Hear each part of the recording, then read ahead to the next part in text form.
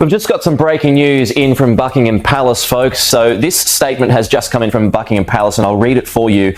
It goes on to say, His Majesty has today initiated a formal process to remove the style, titles and...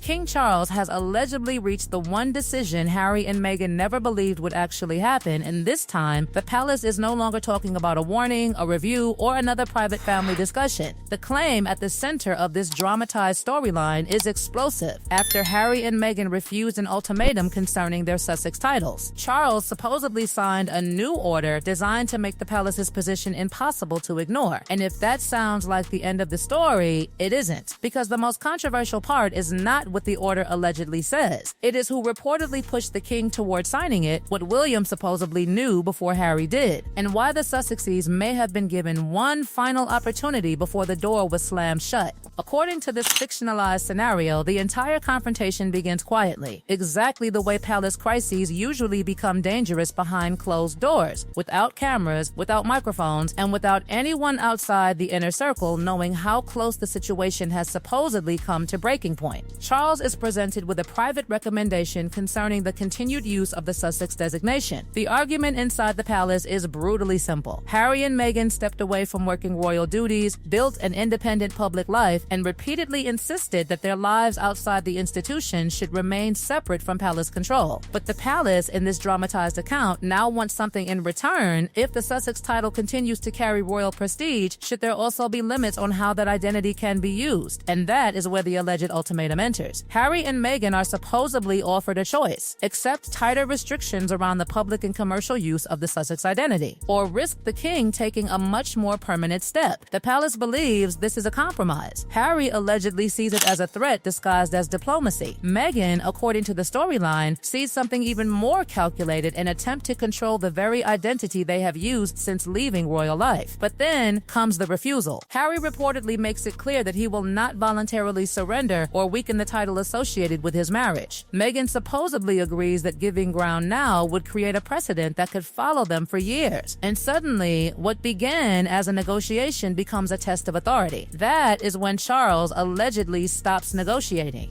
The king is imagined sitting with the paperwork in front of him, knowing exactly what signing it could trigger. This isn't simply another disagreement between a father and son. In the dramatized version of events, it becomes a battle over who controls the meaning of the Sussex name. Harry believes the title represents his family, his marriage, and his place in royal history. Charles sees it as something attached to the institution itself, something that cannot be treated as completely independent from royal responsibility. And then, according to the fictional scenario, Charles picks up the pen. There is no dramatic announcement, no angry confrontation, no public warning, just a signature. But the moment that signature lands on the page, the palace machinery supposedly begins moving. Staff are instructed to review future correspondence, ceremonial references, invitations, and official wording. Suddenly, the issue is no longer theoretical. The question becomes how quickly the new language can be implemented, and Harry allegedly learns about it before the public. That detail is where the emotional damage supposedly becomes much deeper. He reads the message once, then again. He reportedly realizes that his father didn't merely approve another palace discussion. Charles has supposedly chosen a course that Harry cannot easily reverse. Meghan is said to be furious, but Harry's reaction is described differently. His anger allegedly turns almost immediately toward one person, William, because according to this fictionalized storyline, William knew. Not only did he supposedly know that Charles was considering the move, but he had allegedly been consulted about what should happen if Harry rejected the ultimatum. And that changes everything. Harry's frustration with his father suddenly becomes a confrontation with his brother. He allegedly asks the question that has been hanging over the family for years. Was this really Charles's decision alone, or had the next king already decided that the Sussex problem needed to be settled before he inherited it? William's supposed answer is colder than Harry expects. He does not deny being briefed. Instead, he allegedly argues that the issue cannot remain permanently unresolved. If Harry wants a completely independent life, William supposedly believes that independence must eventually have consequences for the way royal identity is used. Harry, however, hears something entirely different. He hears his brother saying that there is no longer a place for him inside the royal story on his own terms. And this is where the alleged palace ultimatum becomes something much bigger, because Harry and Meghan may have refused the condition thinking they were simply rejecting another demand. Charles, in this dramatized account, interprets that refusal as the final answer.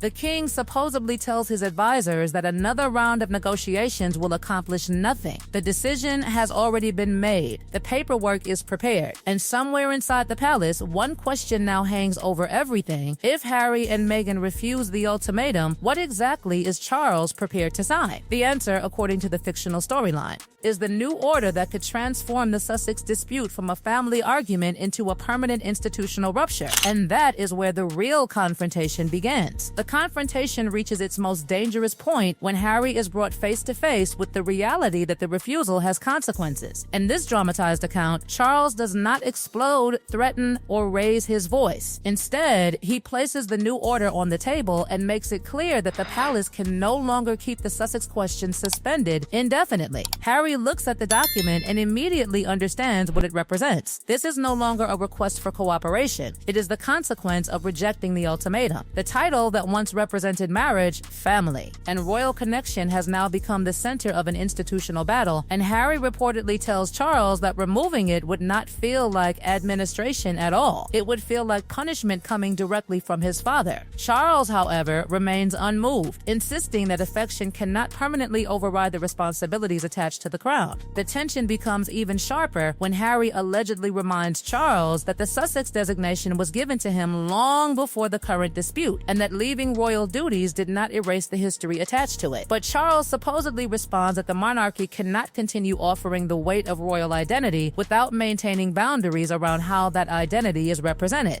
Harry reportedly asks whether his father is really speaking to him as a son or simply treating him as an institutional problem that needs to be solved. For several seconds, Charles says nothing. That silence becomes the emotional breaking point. Harry allegedly realizes that the conversation has already gone further than he expected, and when Charles tells him that the final choice had been his after refusing the last available compromise, Harry pushes the paperwork away. Then comes the revelation that makes the entire situation even more explosive. William had allegedly been briefed before the order was finalized. Harry reportedly sees this as proof that the decision was not simply an emotional reaction from Charles, but part of a wider plan to prevent the same dispute from being inherited by the next reign. William, however, supposedly argues that he did not create the rupture. He supported what he considered institutional clarity. In his view, Harry could choose an independent life while still remaining part of the family, but the royal identity attached to that life could not remain completely untouched forever. That explanation does little to calm Harry. Instead, it reportedly makes his anger shift toward William. He wants to know whether his brother actively encouraged the harsher outcome. And according to this fictionalized storyline, William admits that he supported making the boundary permanent but rejected language that would deliberately humiliate Harry and Meghan. That detail changes the confrontation. Harry still feels betrayed, but he begins to understand that William's position was not necessarily about destroying him personally. It was about ensuring that the dispute would not simply be passed from Charles to the next monarch. Meanwhile, the palace machinery allegedly moves ahead. Officials begin preparing consistent wording for future correspondence and ceremonial references, ensuring the decision cannot quietly disappear through habit or unofficial courtesy. What once existed as a title in public life is now treated as something that must be carefully managed across every official channel. Meghan reportedly sees the significance immediately. The issue is no longer simply whether the title remains attached to their names. It is whether the palace intends to control every remaining connection between the Sussex identity and the institution they left behind. And that is what makes the alleged new order so explosive. Harry and Meghan refused the ultimatum, believing they were defending something that belonged to their family. Charles, in this dramatized version, interpreted that refusal as confirmation that compromise had failed. The order therefore becomes more than a piece of paperwork. It becomes the final symbol of a family dispute that has slowly transformed into an institutional confrontation, leaving Harry, Meghan, Charles, and William facing a royal relationship that may never return to what it once was.